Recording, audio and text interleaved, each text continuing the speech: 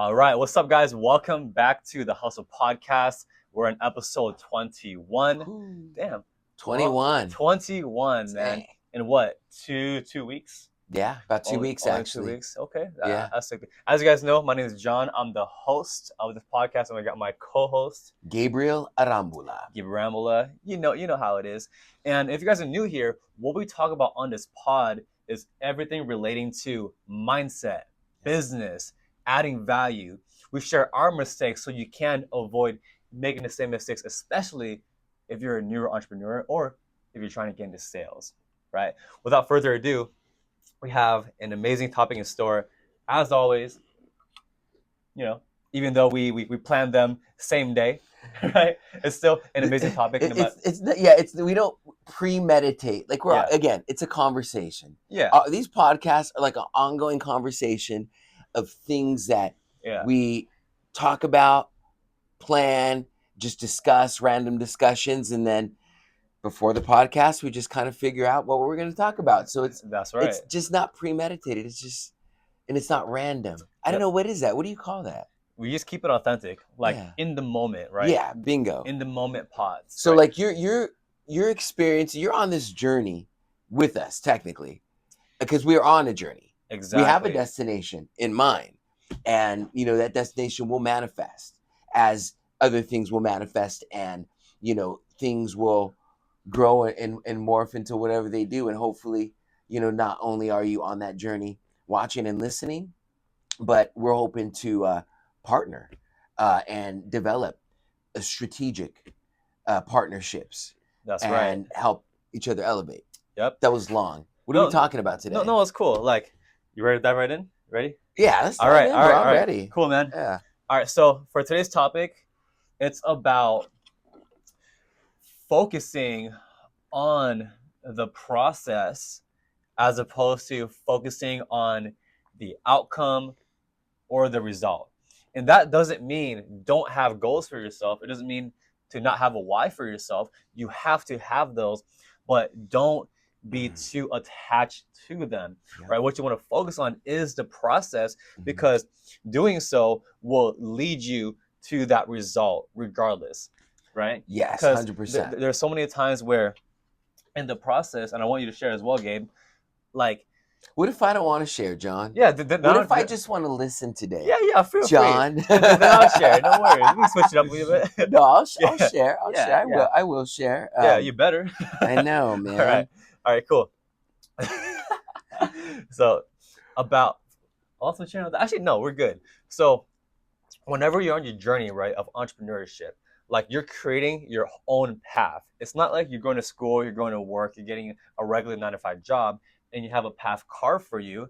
You literally have to, like, you're basically pioneering your life. Yeah, it's like we're talking about the whatever episode. Yeah. You have to be able to envision, and just kind of like I was talking about, we're on this journey. We're doing these podcasts. We're working on business and growing and developing and getting better and better with destinations in mind. And in order to have that destination in mind, we have to be visionary. We have to believe that we can attain these goals that we set, and we have to have enough discipline to do the necessary work, like follow through, without maybe seeing the results. And we have to focus on the process and fall in love with the process, not the destination. And with what we are doing, this is fun. I enjoy this. We're driving into the office this morning and enjoying the conversation, thinking, planning. And, we notice everyone's driving to work, and you see individuals that are unhappy to the point where you're one of them. Now, I just blocked that. Now, they are out going to work somewhere they don't want to go, and they're in a mind state that is a little fragile, and things like someone maybe driving the speed limit, or maybe even someone just not driving as fast as they think they should be driving upsets them. And we literally saw that today. We're at a stoplight and someone's in the crossing lane, and they're just like beating on their horn, like there's like boom boom boom boom, like, you know, it wasn't just like a boom, it was like a, I'm mad at you now and I got to get to work. And I think you might have done it to me last week. I didn't stop. We're just teasing, guys. You know, no, we're always pushing each other's buttons, like messing around. We're having a lot of fun. He's trying to get me off track because it's easy to do. No, but going back to my point, we same stoplight.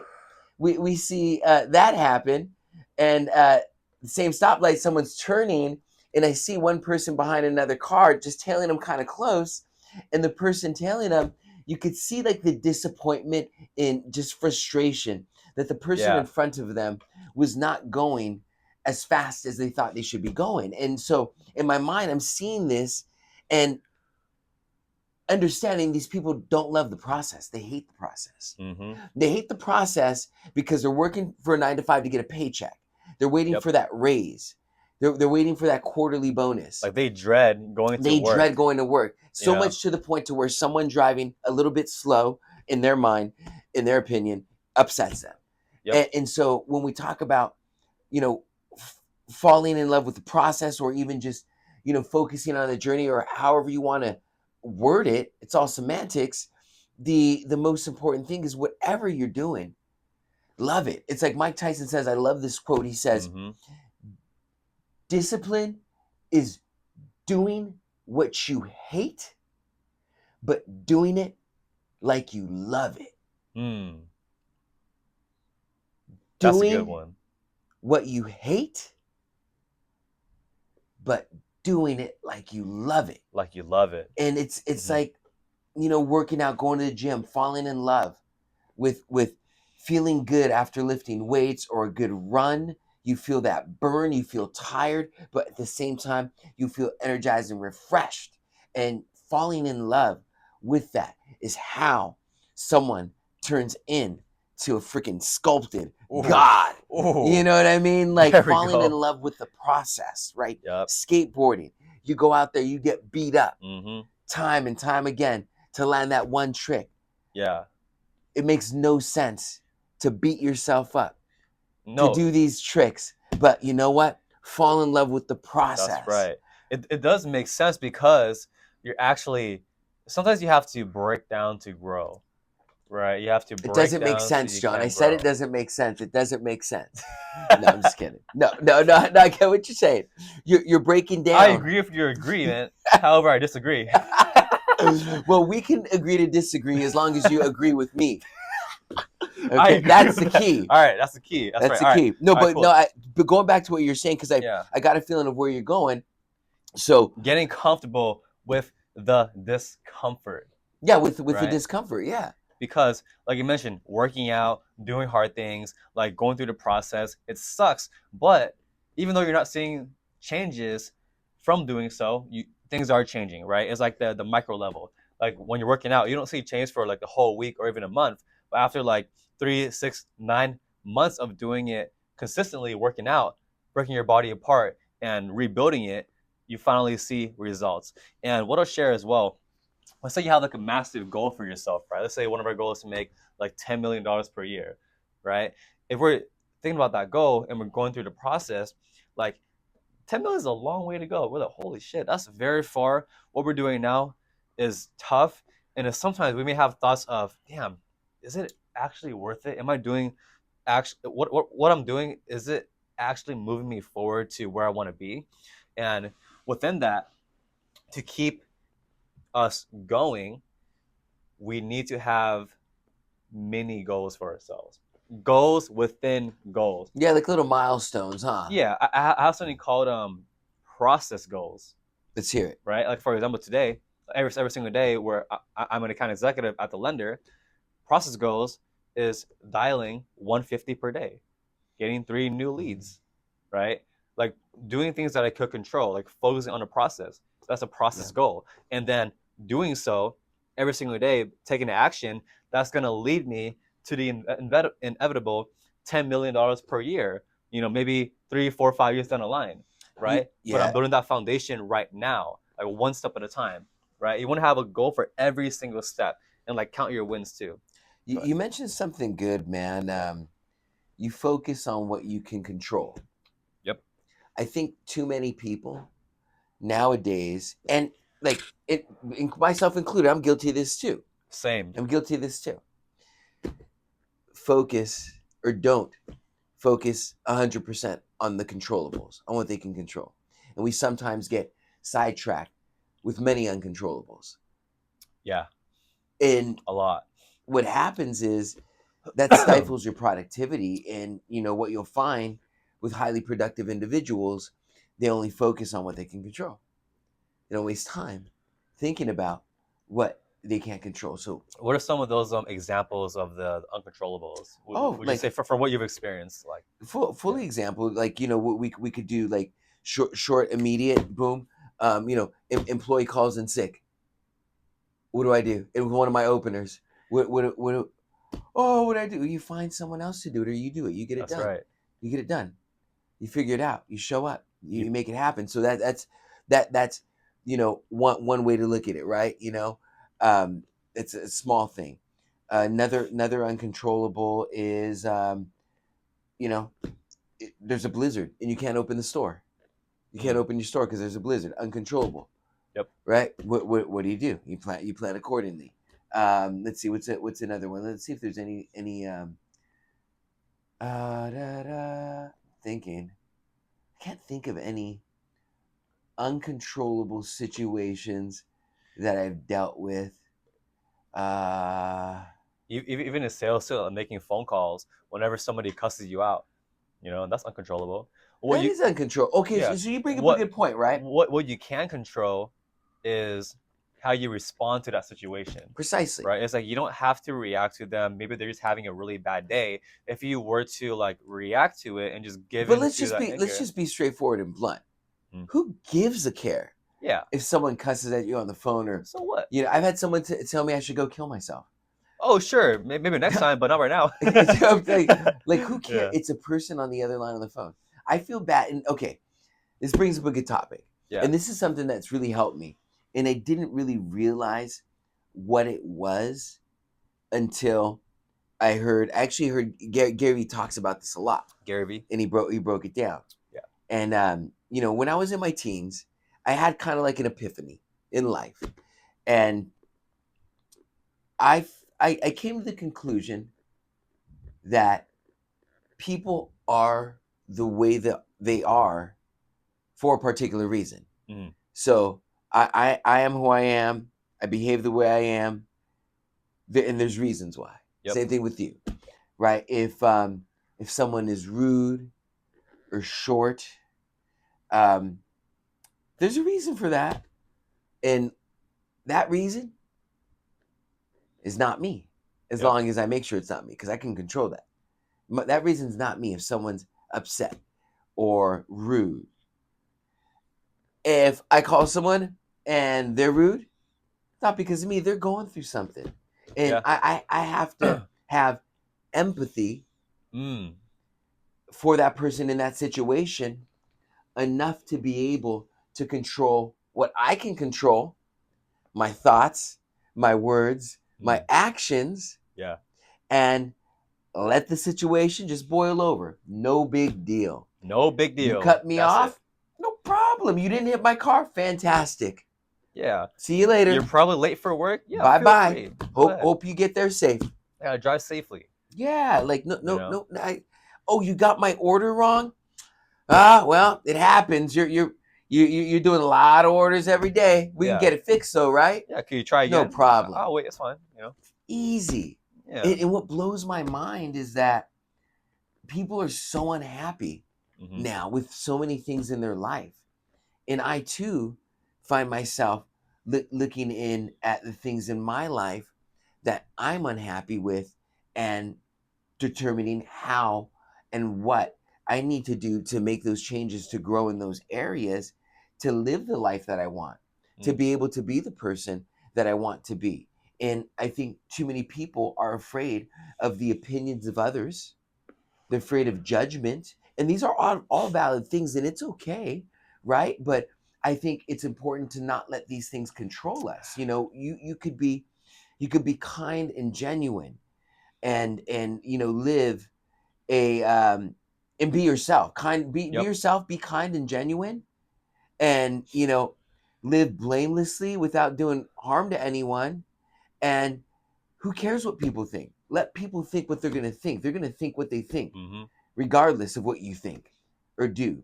So don't let people control who you are or how you behave in a particular situation. And I don't mean to be disrespectful Mm-hmm. or to not be mindful.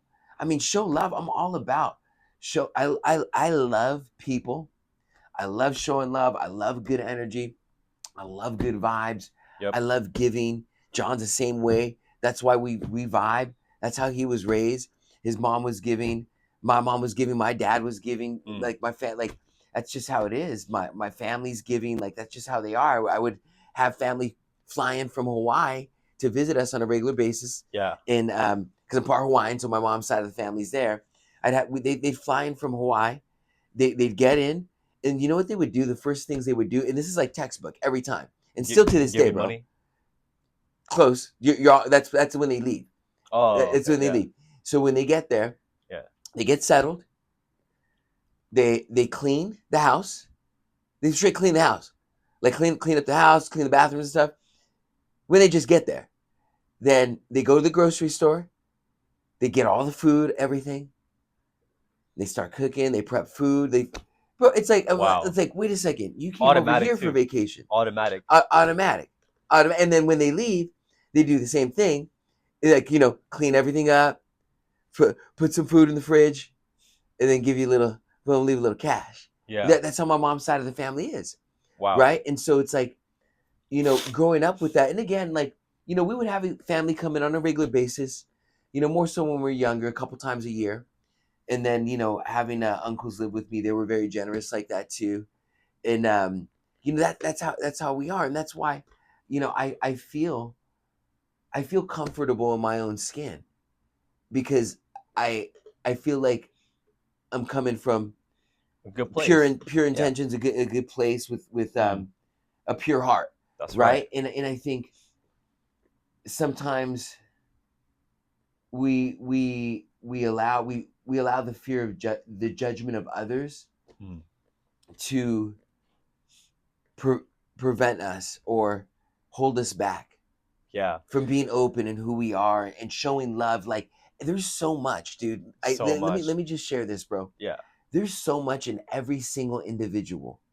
There's so much beauty, strength, potential, Mm-hmm. possibilities Yep. within every single individual. Every single human being is a magnificent creation, capable Mm. of altering this world to unimaginable magnitudes. Think Yeah. about that. Think So of every powerful. individual in existence in this world. Everyone before Jesus, after Jesus, in between, inventors, people that invented things, the lights, camera, action, phones, Steve Jobs, Yeah. Edison, Disruptors. all these are just people, flesh and blood, like you and I. And I love seeing people come alive. I love seeing people reach their potential. And that's one of the things that has, put me at a place in my life and my career where, I've come to realize that I love managing, developing people. I love seeing their growth. I love giving. I love serving. And those things make me come alive, and I feel comfortable doing them. And I love seeing other people flourish, like John. He's with editing these videos, like he's a beast. He's nonstop, and I see him and I'm like, man, that's that's he's flourishing, he's thriving, he's growing, he's doing him. No one's telling him to do anything. I'm not telling him to do anything. He's not concerned with that. He's just in his own lane, I just do being it. him, Yeah. thriving, feeling good in the office, same thing. You know, our peers in the office say like just vibing. I love it. I love it when the team gets excited. It's so much fun, dude. It's a Like vibe. everyone's hyping each other up whenever Yes. we get like a submission, sale, whatever, or any Yes. win. Ringing Everyone's the like bell. ringing the Ringing the bell. bell for fundings, for submissions, for Yeah, first broker packages. that's right. Dude, it's So much everything, fun, man. dude. And to see the excitement of, you know, new AEs get their first broker package, get their first approval, get their first funding. We had one of our peers get their first funding yesterday. Aaron, shout out Let's Aaron, go. got Shout in out like, Aaron. dude, it made me so happy because I remember when Aaron first stopped into or started, and she was right in front of me, hearing her on the phone, and like I thought, wow, this person is dynamic, just so personable on the phone, and just enjoying the conversation she was having with the contacts, and like I thought to myself, like, wow, this person's gonna kill it. And sure enough, it only took how long? I don't know, like a couple months or something. It wasn't long, and she gets her first funding. That's fast Which still. normally it's fast because, you know, the trajectory for a new AE, especially new to the industry, and especially with no book of business and or whatnot, it could take like 6 months, a good 6 months, Yeah. 3 to 6 months. To build the It pipeline. doesn't have to, Yeah. but it could take a good 3 to 6 months to get your first funding. And so seeing that stuff, like, dude, I love it. I love it, man. It makes me thrive. Mm-hmm. Loving the process. Loving You know, and that's the process. That's part of the process. You know, seeing others win as well. And like going back to what you mentioned earlier about like how people, whenever they have like anger yelling at you, and like, well, so what, right? It's like as long as you have, I like what you mentioned about having pure intentions. As long as you know you're having pure intentions and everything you do, you're coming from from the heart, from a good place. Like if somebody gets mad at you for whatever reason, that's just they're going through some shit, right? They're going through something. They're just and they're projecting projecting it onto on you, you. They don't know and how to process it. yes, and what they're thinking about you, that's none of your business. That's none of your business. How they view you, if they judge you, none of your business. Provided that you're a respectful person and you're not acting like a piece of POS to them. Yeah, and of course you want to be honest too with yourself, right? If you're like, let's say you're having a bad day, for example, and then you know some days we have those days. We have bad days. We get get emotional. We get mad. We get frustrated. You know, and then especially when you make money by solving problems. Yeah, that's right. And then let's say we're having a bad day and we got a bad phone call, whatever, and we reacted to it. We might carry that reaction to the next phone call, and then we might make the other broker or person we're talking to have a bad day. Which I'm, being self honest. If we like. If we have to be energy benders, yeah, like you know what I mean. Start bending energy. Take that bad energy, like, just get it, just like that. No, but right, like, and that's what we do. Like, and I'm sure when we were in the wireless industry, bro. Yeah, de-escalating situations, and there was great practice because there's always Listen, I've had stores in like South Central. Like right in the rolling 60s, I had a store on Florence and Normandy too, right where Reginald Denny got beat in the LA riots. There was so much stuff that we couldn't control with the customers, like phone plans. But you still have to figure out a way. Figure out how do I de-escalate? How do I get on this person's level? See eye to eye, empathize with these individuals, with whatever's going on, and how do I bend that energy? And we've legit become energy benders, I feel. You have to direct the energy. Yeah, you have to direct that energy because people come in heated. I remember one time I had a customer come in. They had like it was international. It was insane. It was like $600 bill for international phone calls. Because this is when international plans weren't affordable or weren't accessible.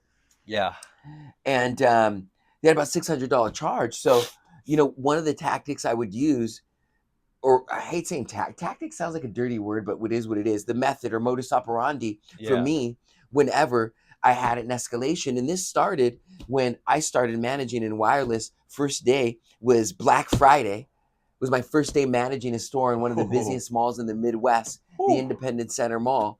It had the biggest the highest volume K jewelers in the country, in this mall. So imagine Black Friday at this mall in the late 2000, like 2009. That's packed. Right? That's the mall. Yeah, packed. First day is Black Friday. Jeez. Anyways, so I had to think quick. How do I get things going? And so I figured out I could lean on my resources and utilize my resources to not only solve the problem and help me learn, but then also help de-escalate the situation. So for any situation that came to me, I would like, so you're a mad customer. Hey, this is going on. Hey, no problem. My name's Gabe. I'm going to do everything I can to help you out. Let me get customer care on the phone and see what we could do to solve this. So now I'm empathizing with the customer. I'm taking their concern. I'm letting them know I'm going to do everything I can to help them. You acknowledge it. And now I'm involving customer care. I'm saying, let me call customer care.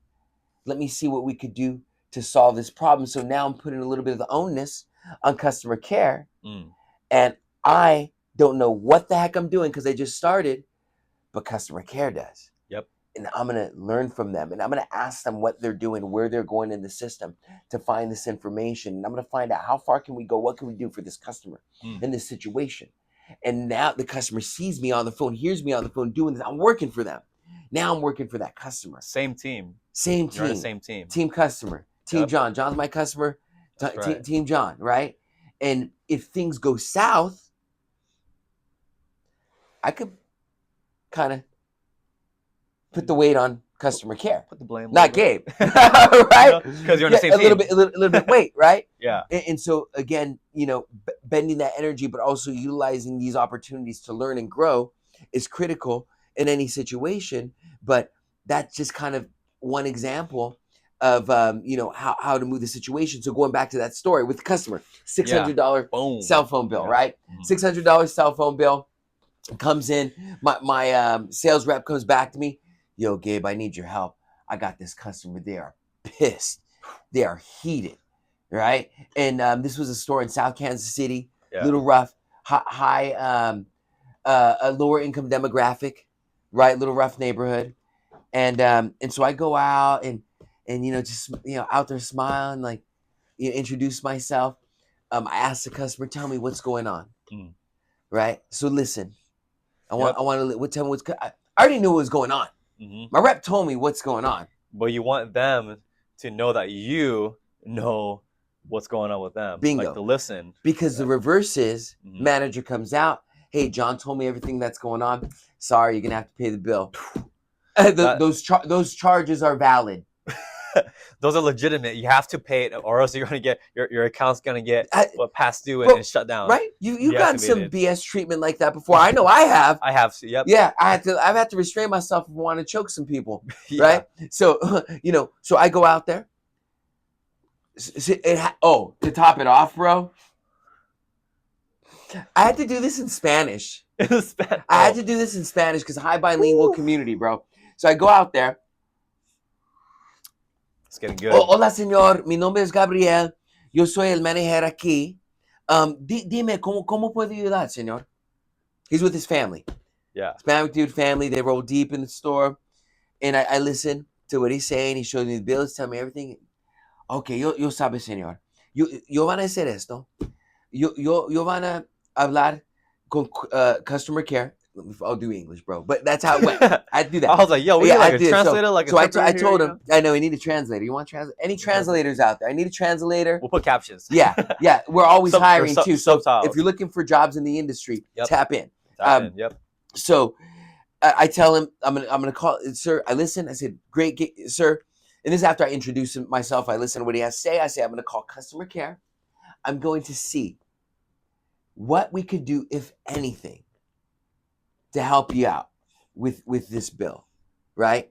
So I'll fast forward, long story short, spend some time with customer care, go back and forth. Sure, the charges are valid, right? Now here's how I would play on the other end. So now I'm on the phone with customer care and I gotta play, I gotta fight. I gotta play. You gotta fight for a team. I gotta win. I gotta fight for team customer, whatever his name was, right? So, at the end, charges are valid. So I tell customer care rep, I say, customer care rep, John, all right, cool, I understood. Yeah, I was afraid of that. It looked like that. Man, this customer's been in our store for over an hour. really, really upset. I took some time to de-escalate it. I was a little worried. I was able to de-escalate it, and we're on the phone here and now. Been a long time customer with us for X amount of years, X amount of lines. Even thinking about maybe getting another line, taking advantage of the promotion we got going on right now. Like, what could we do to help this customer? Yeah. And just to at least show him that we're giving our best effort to show this customer we value him, and that even though these charges are valid, here's what we're going to do. What is that, John? Can you find out what that is for me? Yeah, you know what, Gabe? Let me do it. Let me talk to my manager. Let me see what we could do. And end up getting the credit. It wasn't, I don't think it was a full credit, but it was like, it was pretty good, but it wasn't the full pot. But it made sense. We figured it out. When I got done, went over the solution with the customer. Guess what he did? He added a line. He got a new line of service. He saw that we worked so hard, got a new line of service. And at the end of the day, it's just all rooted from empathy. And I genuinely care. I care about people. I care about people. I might not show it all the time, but if that's not intentional, I really do. You know what I mean? And I think about that, and I'm cognizant, and I learned that from my mom. My mom's like the sweetest person. Empathy. She, one thing she told me growing up, she would say, boy, you can get more bees with honey than you can with salt. And, for a long time, I'm like, what do you mean? Like, okay, Mom, bees with it. Yeah. But, it's like, be sweet. Don't be salty. Those bees, what do those bees do? Bees, they go to the flower, they spread the pollen, cause the flowers to grow. Kindness. They make honey. They make honey, get the honeycomb. It's like, it's that full circle, But like, I love this. Gary Vee says this, and it's funny because everything all connects. Is the honey empire, right? It's the honey empire, like adding value, showing love, killing them with being kind, having empathy. He says the honey empire, right? Because he's building an empire. Guy's a freaking beast, man. But just being kind. I care, and like this is the journey, and like when you approach the journey with these mentalities, these attitudes, these thoughts, it makes the journey that more like enjoyable. It makes the journey fun. Not even enjoyable. Not. I was gonna say tolerable, but I'm like far from tolerable. I was say enjoyable, but it's far from enjoyable. Like, I love this shit. You gotta love it. I love it. I truly do. And I feel like right now, I'm at a place to where this trajectory, there's a shift, there's a change. It's going to be good. It's going to be big. Yep. I'm glad to be on this journey. I'm glad you're on this journey. I'm glad we're on this journey and here on this journey. And we're going to keep journeying. And so, that's our encouragement. That's our hope, that you would find a journey that you could fall in love with and be a blessing, be a light to others, add value to others. We're capable of so much. Anything we could accomplish and achieve, anything that we put our mind to, anything that's positive, that's adding value to others and to the world and to society. And find a journey that you could fall in love with, and you'll change your life and live a life that you never imagined you could.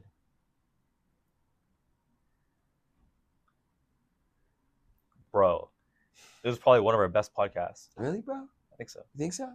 It's good. I think so. Yeah. One of the best. You're only as good as your last one. So yeah, I'll take it, bro. I'll take it. We're in the office the other day, yeah. And one of our peers is like, "Oh man, I listened to your podcast. It was good."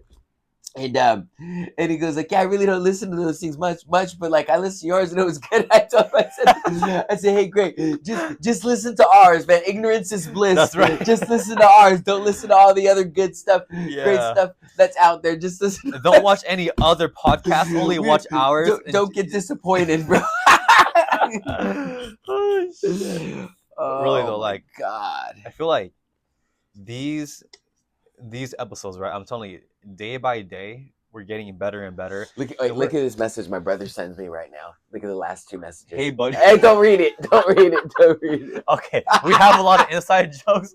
We're gonna keep that in the clip just because we stay real. We'll keep it in the clip, but the contents will not be disclosed. Yeah, the content cannot be disclosed. It's funny. It's humor. Yeah, unless you know us personally, then we have a good sense of humor. Yeah, we're pretty lighthearted. Very lighthearted. Yeah. So have a lot of fun. Have a lot. Let's just leave it at that. Like you could tell us jokes and we'll laugh. Yeah, enjoy the process. Rabbit trails for days, bro. That's what I'm saying, bro. Call me the conejo. I don't know what that means. Rabbit in Spanish. Conejo. I do have 5 kids. He does. Oh shit. 5 kids. Can we edit that out? Nope. I mean, you could if you want. Nah, we don't have to. Yeah. Hey, leave it in, bro. I mean, whoever listens to the end, you are a real one. Yeah. You guys love the value. You're probably someone that sees that, Gabe and I, we are very authentic. We mess around, have fun. But we're human too. We say grinding. We're human. We're just people in front of a camera. Keeping it real. That's why our tagline under the Hustle Podcast says "Keeping it real." Keeping it real in our description. Real talks. Real value. Do you remember like back in the day? I don't know if you remember this, but people used to say like, "Keep it real in the field, alright?" I probably wasn't born yet. Oh man, yeah, I know. Yeah, I'm older than I look. Man, I'm wiser than I look. No, older than I am. I'm that wise. I think that was good. There's a wrap. Is it a wrap? Wrap it like Christmas. Wrap it like Christmas. What does that mean? What does that even mean? Wrap it like a Christmas present. Hey, you said it. Wrap it like a present. I should be asking you. Should we wrap it like a present? put a bow on it. Should we put a bow on it like I'm gonna gift you? Did we just say that and sing? Put a bow on it. I think we did, bro. That's scary.